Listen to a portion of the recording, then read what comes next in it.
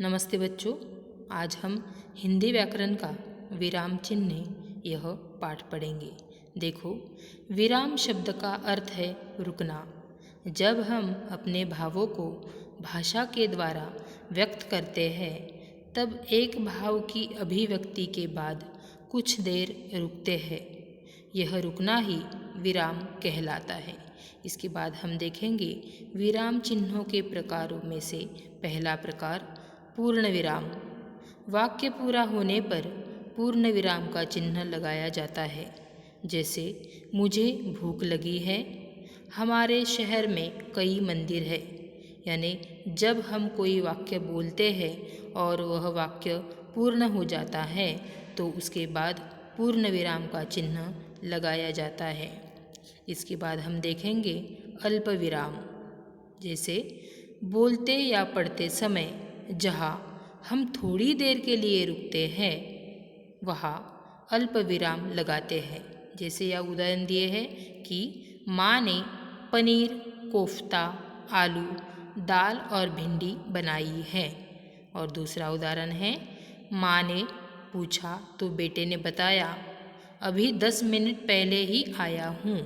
यानी इन वाक्यों में अल्प विराम इस चिन्ह का उपयोग किया गया है। इसके बाद हम देखेंगे प्रश्नवाचक चिन्ह। जिस वाक्य में कोई प्रश्न पूछा गया हो उसके अंत में प्रश्नवाचक चिन्ह लगाया जाता है। यानी जब हम किसी को कोई प्रश्न पूछते हैं और उसके बाद जिस चिन्ह का उपयोग किया जाता है उसे कहते हैं प्रश्नवाचक चिन्ह। जैसे उदाहरण है, रविंद्र को कौन पढ़ाएगा। यानी यहाँ पे प्रश्न पूछा गया है, इसीलिए वहाँ पे प्रश्नवाचक चिन्ह का उपयोग किया गया है।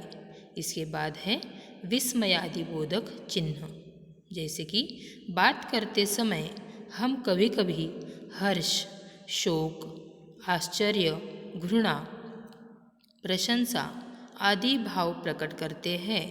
ऐसे भावों को प्रकट करने के लिए विस्मयादिबोधक चिन्ह का उपयोग किया जाता है। यानी विस्मयादि चिन्ह का हम क्या करते हैं, प्रयोग करते हैं। जैसे कि छी कितनी गंदी है, और दूसरे वाक्य में है वाह कितना स्वादिष्ट पराठा है।